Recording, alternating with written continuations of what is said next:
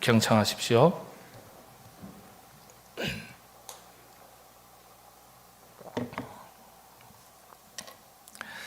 드디어 갈멜산으로 가서 하나님의 사람에게로 나아가니라. 하나님의 사람이 멀리서 그를 보고 자기 사환 게하시에게 이르되 저기 수넴 여인이 있도다. 너는 달려가서 그를 맞아 이르기를 너는 평안하냐? 네 남편이 평안하냐? 아이가 평안하냐? 하라 하였더니 여인이 대답하되 평안하다 하고 산에 이르러 하나님의 사람에게 나아가서 그 발을 아는지라. 게하시가 가까이 와서 그를 물리치고자 하매 하나님의 사람이 이르되 가만두라. 그의 영혼이 괴로워하지만은 여호와께서 내게 숨기시고 이르지 아니하셨도다 하니라. 아멘.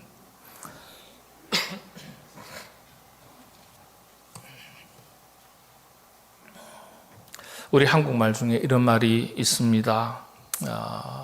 땡땡거리, 무엇거리 이렇게 끝나는 말들이 있습니다. 어떤 게 있을까요?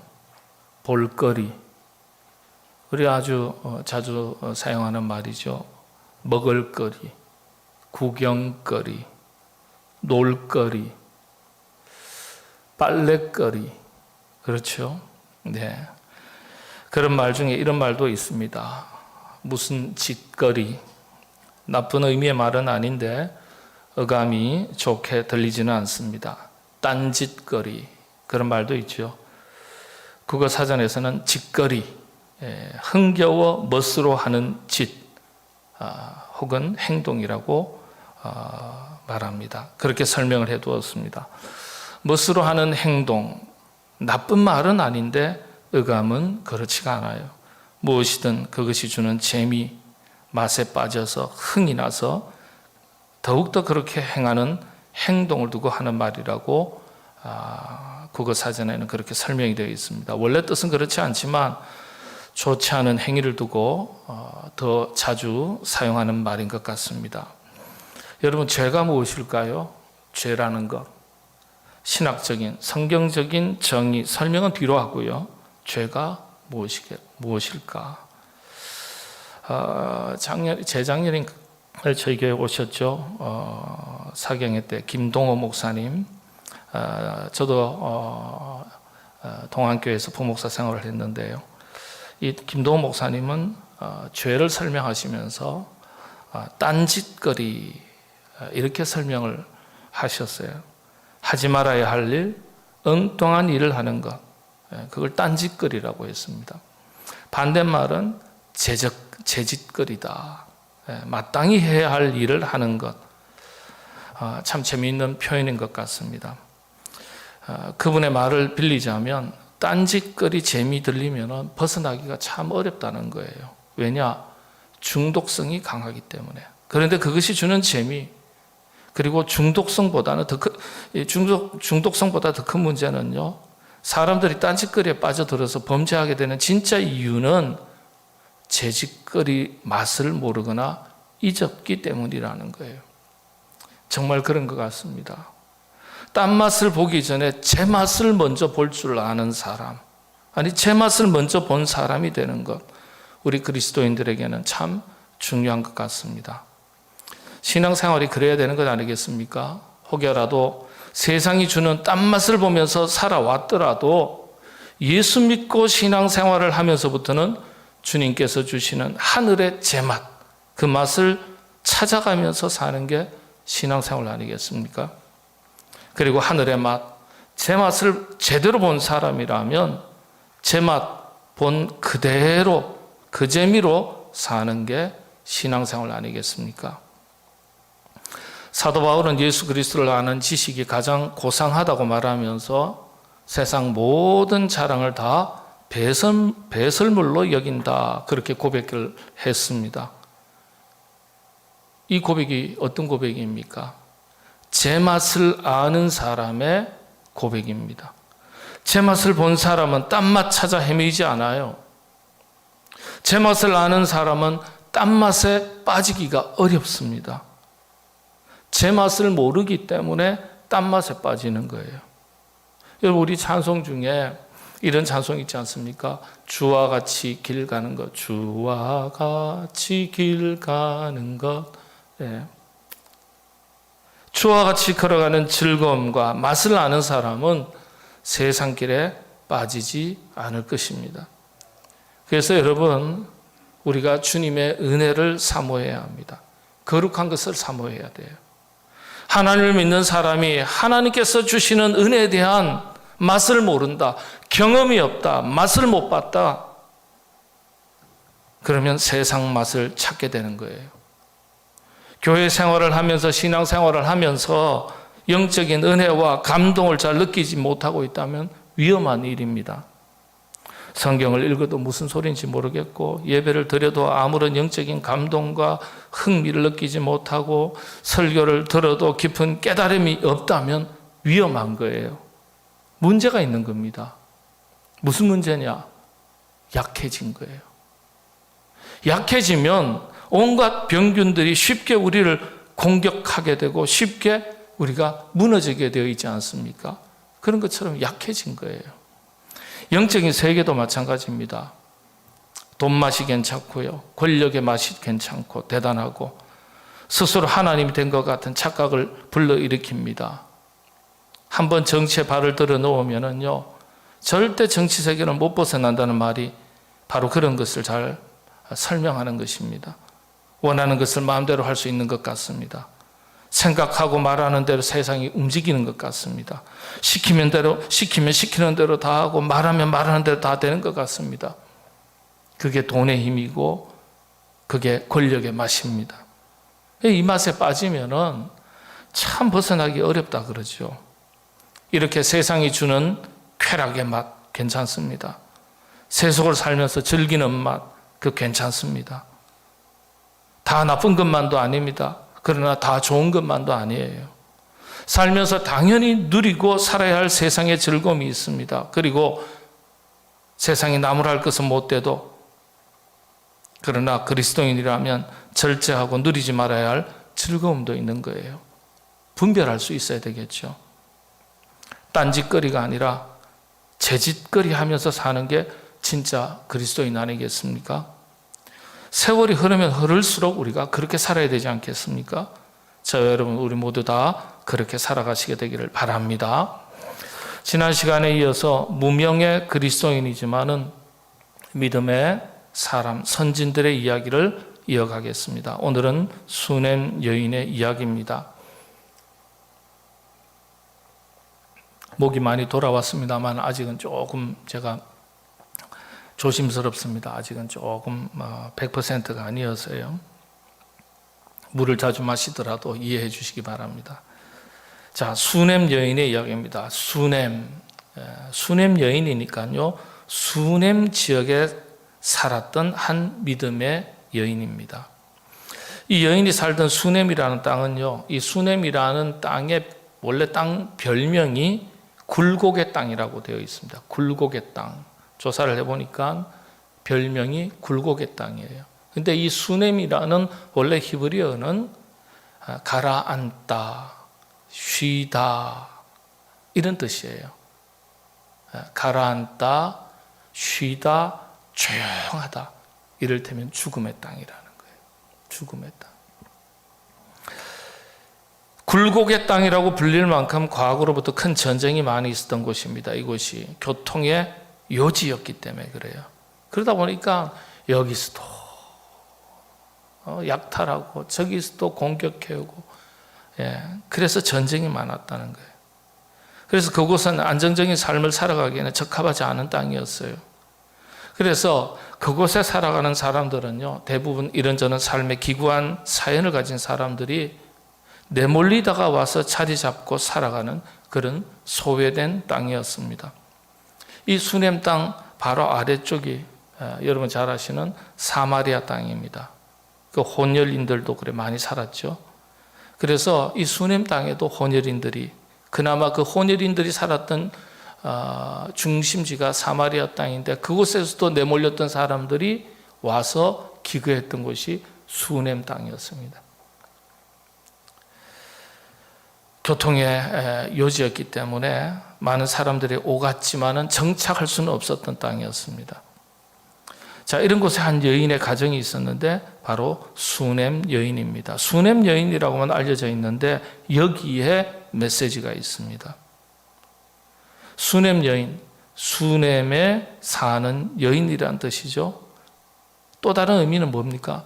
굴곡진 땅에 살아가는 사람들, 기구한 인생의 사연들을 가진 사람들, 그런 뜻입니다.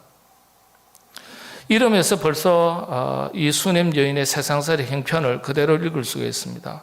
그런데 놀랍게도 성경은요, 이 수넴 여인을 뭐라고 이야기하냐면 귀한 여인이다, 이렇게 기록을 했어요. 귀한 여인이다. 그렇죠? 거기에 한 귀한 여인이 있었다. 네. 믿음의 여인을 또 다르게 표현한 말입니다. 가정을 살펴보면 나이 많이 든 남편이 있었고 딸들이 있었는지는 잘 모르겠지만은 분명 아들은 없었다고 성경은 기록하고 있습니다. 평범하거나 어쩌면 가난했던 여인의 가정이었습니다. 요단강하고 갈멜산 사이 반드시 거쳐가야 하는 지역이었습니다. 그러다 보니까 이 선지자 엘리사가 이 요단강에도 왔다가 갈멜산에도 갔다가 기도하러 왔다 갔다 하는 거예요. 자주 경유했던 그런 곳입니다. 지나갈 때마다 이 수넴 여인이 청해서 식사 대접을 자주 했던 것 같습니다. 경우에 따라서는 유숙하기도 했습니다. 나중에 엘리사가 머물 수 있도록 자신의 집에 2층 다락방을 만들어내 줄 정도로 엘리사를 잘 섬겼다고 성경 기록하고 있습니다. 당시에 여러분들, 이 당시에 팔레스타인 지역의 주거 형태는 간혹 동남아에도 그렇습니다. 동남아에는 습하기 때문에 그래서 습기를 방지하기 위해서 1층은 짐승들이, 가축들이 왔다 갔다 하고 기거하고요. 거기에 또 공간을 띄워서 2층의 주거 형태를 만들어서 2층에 사람들이 대체로 살고 있죠. 근데 팔레스타인 지역은 건조하지만은 독사들도 많았고 정갈도 많았기 때문에 그래서 1층은 가축을 또 이 맹수로부터 보호하기 위해서 집 1층은 가축을 키우고 2층은 다락방 형태로 사람들이 거주하는 그런 형태의 집이었습니다.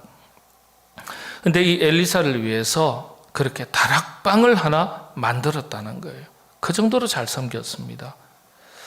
그 다락방에 침상, 책상, 의자, 촛대까지 마련해 두었다고 성경에 기록되어 있습니다. 얼마나 극진하게 잘 섬겼는지를 잘 알 수 있습니다. 엘리사가 수넴 여인의 이런 섬김을 보면서 그 아들의 그 가정에 아들이 없음을 보고서 아들을 허락해 주실 것을 기도했고 마침내 귀한 아들을 얻게 되었습니다. 여러분, 아들이 그렇게 중요하냐 생각하실지 모르겠지만 당시의 문화 속에서 아들 없는 집은 가문의 맥이 끊겼다고 해서 조롱거리가 되기도 하고 그 집 아내는 수치의 상징이 되기도 했습니다. 우리나라도 조선시대 7거지약 중에 하나가 뭡니까? 아들 못 낳으면 소박을 맞아도 할 말이 없다 그러지 않았습니까? 맞죠? 대답 안 하셔도 괜찮습니다. 마스크 쓰고 요즘은 대답 안 하셔도 괜찮으니까요. 그러면은 죄송합니다. 이런 말 하면 집에 가서 한 소리 들을 수 있는데 저희 집 사람 딸만 둘이에요. 저만 소박을 맞아도 10대번을 더 맞아야 돼요. 제가 장손입니다. 장손. 아버님 장남, 저 장남, 할아버지 그때 다 장남. 장손 집안에 큰일 나는 거죠. 조선시대 안 태어난 게 천만다행이죠. 네. 그러니까 그런 문화가 있었던 거예요. 이 당시에도 그런 문화가 있는 거예요. 그래서 아들이 없으면 유산 상속이 되지 않습니다. 남편의 형제들에게 유산 상속이 됩니다. 내 남편의 유산인데도 불구하고 내 재산인데도 불구하고 여성들에게는 재산권이 없었습니다. 성경의 내용입니다. 자, 그러니 아들이 없는데 그런 집에 아들을 낳았으니 얼마나 참 그 가정에 큰 기쁨이요, 은혜요, 행복이 되겠습니까? 자, 그런데 호사다마라는 말이 있듯이 귀하게 얻은 아들이 그만 정확히는 알 수 없지만 급성 두통을 앓다가 죽게 되었습니다. 선지자 엘리사가 몸종 게하시를 급히 보냈지만 아무런 소용이 없는 것을 알고서 직접 찾아가게 됩니다. 엘리사가 집에 들어가 보니까 아이가 이미 죽어서 침상에 눕혀 있었습니다. 엘리사가 기도하면서 특이하게 기도합니다. 자기 입을 그 아이 입에, 자기 눈을 그 아이 눈에, 자기 손을 그 아이의 손에 꼭 포개고 그렇게 기도하는 거예요. 특별한 의식을 행하게 됩니다. 이런 행위가 무엇을 뜻하는 것일까요? 엘리야 선지자가 사르밧 과부의 아들을 살릴 때도 똑같은 행동을 합니다. 엘리사도 그렇고 엘리야도 그렇고 똑같은 행동을 해요. 사실 이와 같은 행위는요, 구약시대 당시에 하나님의 살리시는 능력이 선지자의 몸을 통해서 죽은 아이에게 전달되게 하기 위한 것으로서 상징적으로 사용됐던 구약시대의 선지자들의 정통 방식이었습니다. 구약시대에 기름 붓는 행위가 있었습니다. 기름 붓는 행위, 우리식으로 말하면 안수죠. 5가지의 경우에 기름을 뿌립니다. 아주 귀한 기름, 안수를 합니다. 선지자를 세울 때, 그리고 제사장을 세울 때, 왕을 세울 때, 그리고 귀한 손님이 왔을 때, 그리고 장례식에서 시신 위에다가 손을 얹고 귀한 기름을 뿌렸습니다. 이 5가지 경우에만 구약시대는 기름을 뿌렸습니다. 안수를 했습니다. 그런데 하나님은 자신의 능력을 이렇게 베푸실 때 인간을 도구로 사용하시는데, 이런 도구로서의 역할을 수행하기 위해서 엘리사가 죽은 아이 위에 그대로 엎드린 겁니다. 일종의 안수의식에 준하는 거예요. 안수의식에. 이게 신약의 전통으로 넘어오면 이런 예전이 안수로 이어지는 겁니다. 안수는 주님의 손을 대신하는 것으로서, 이런 안수는요, 성직자를 세울 때, 신약시대 이후에는 세례를 베풀 때, 그리고 병든 자를 위해서 기도할 때, 자녀를 위해서 축복 기도할 때, 그리고 특별한 의식 가운데 축복을 할 때, 축복 기도를 할 때 교회 전통에서 사용되었습니다. 그래서 안수를 아무렇게나 행하지 않고 있습니다. 사람의 권위를 나타내는 것이 아니라 오직 성령님의 역사심에 대한 통로요, 도구로만 사용하는 것입니다. 자, 마침내 아들이 살아나게 됩니다. 해피엔딩으로 이야기가 막을 내립니다. 이야기의 대강이 이래요. 자, 이 이야기 속에서 우리가 생각할 것이 있습니다. 수넴 여인에게서 우리는 독특한 한 가지를 찾아볼 수 있습니다. 바로 수넴 여인의 고백입니다. 전혀 평안하지 않은데 평안하다고 말하는 수넴 여인의 고백. 너는 달려가서 그를 맞아 이르기를 너는 평안하냐? 내 남편이 평안하냐? 아이가 평안하냐? 하라 했더니 이 수넴 여인이, 게하시가 몸종이 가서 스승이 엘리사 선지자가 시키는 대로 수넴 여인 당신 평안합니까? 남편 괜찮습니까? 아이 잘 있습니까? 물었어요. 그랬더니 뭐라고 대답합니까? 네, 평안합니다. 평안합니다. 중요한 건요, 이 수넴 여인의 마음이 괴롭든지 아니면 진짜 평안하든지 관계없이 수넴 여인이 이렇게 고백하고 있다는 사실이 중요합니다. 사실은 전혀 평안하지 않거든요. 아들이 죽었습니다. 어떻게 평안할 수 있습니까? 그런데 평안하다고 대답합니다. 이 고백이 수넴 여인의 믿음의 세계입니다. 여기서 우리는 믿음의 사람의 입술의 고백이 어떠해야 하는지에 대한 영적인 교훈을 찾아볼 수 있습니다. 수넴 여인을 전통 성경 주석가들은 섬김의 여인의 표상으로 설명을 합니다. 그런데 이 여인에게서 그보다 훨씬 더 깊은 내면 세계의 영적인 태도를 찾아볼 수 있습니다. 아름답게 섬길 수 있었던 내면의 믿음이 있었던 거예요. 그런 섬김을 가능하게 한 밑바닥에는 특별한 믿음이 있었습니다. 어떤 믿음입니까? 이 고백에서 찾아볼 수 있다는 거예요. 바로 평안합니다. 전혀 평안하지 않은데, 너무 고통스럽고 너무 괴로운데, 쓰라린데, 그럼에도 불구하고 네, 평안합니다. 이렇게 고백했다는 사실입니다. 저는 이 고백이 저와 여러분 우리들의 평생의 신앙이 되고 고백이 될 수 있기를 바랍니다. 예. 아파요. 자식이 아파요. 병들었어요. 병든 정도가 아니에요. 죽었습니다. 어떻게 평안합니까? 사업을 하는데 길이 막혔습니다. 어렵습니다. 장사가 안 됩니다. 손님이 찾아오지 않습니다. 거래가 되지 않습니다. 요즘 사업 어떠세요? 네, 평안합니다. 그 고백이 바로 수냄 여인의 고백과 같은 고백 아니겠어요? 편찮으시던데 요즘 어떠세요? 투병 생활 하시는 중에서도 네, 괜찮습니다. 견딜만 합니다. 이만하면 족합니다. 그 고백이 수냄 여인과 같은 고백 아니겠습니까? 아파도 아프지 않다고 말할 수 있는 사람, 속상해도 속상하다고 말하지 않는 사람, 불편해도 불편하지 않다고 말할 수 있는 사람, 힘들어도 힘들지 않다고 말할 수 있는 사람, 억울해도 자존심 상해도 괜찮다고 말할 수 있는 사람, 평안합니다. 괜찮습니다. 그렇게 말하는 사람의 그 신앙이 진짜 신앙이고 그 고백이 진짜 고백 아니겠습니까? 그런 마음이 없어서가 아니라 그런 마음이 들고 생각나도 믿음이 있으니까요. 아파도 견디면서 평안하다고 말하는 거예요.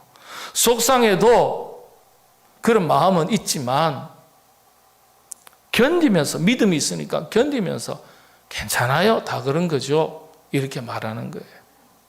여러분, 그래서 잘 견딜 줄 알아야 잘 섬길 수 있습니다. 신앙생활은 잘 견디는 거예요. 섬기는 사람에게 이런 자세가 필요하죠. 그리스도인들은 이런 자세로 살아갈 수 있어야 합니다. 이 시대 최고의 영성을 섬김의 영성, servant leadership이라고 그렇게 말합니다. 아니요, 잘 견디는 것이 최고의 영성입니다. 여러분, 섬김도 헌신도 견딜 줄 모르면 온전한 열매를 얻기 어렵습니다. 세상은요, 온갖 견디지 못하는 사람들의 소리들로 가득 차 있습니다.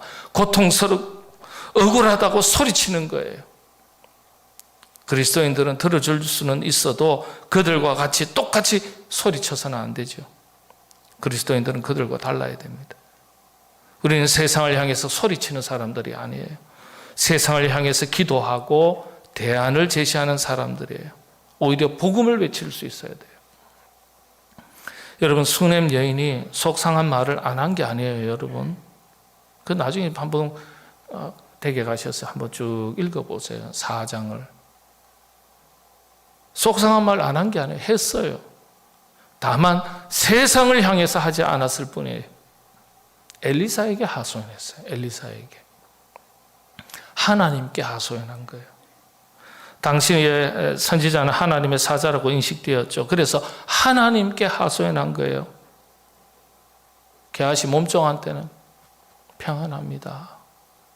근데 엘리사한테는 하소연했어요. 여러분, 소리치려면, 억울하다고 말하려면, 속상하다고, 아프다고, 힘들다고, 지친다고 말씀을 하시려면 누구한테요? 하나님께 부르짖으셔야 돼요. 사람 붙들고 사람한테 울부짖고 신세한탄 하고 하소연하는 것 아니에요. 하나님은 우리의 입술의 고백을 들으시고 이루시는 하나님이십니다. 수냄 여인은 잘 섬긴 것도 칭찬받을 일이지만 그 입술의 고백이 더더욱 칭찬받을 입술입니다. 고백입니다. 이 여인의 고백을 들으시고 하나님께서 그의 아들을 살려주신 거예요. 믿음의 고백이 하나님을 기쁘시게 한 거예요.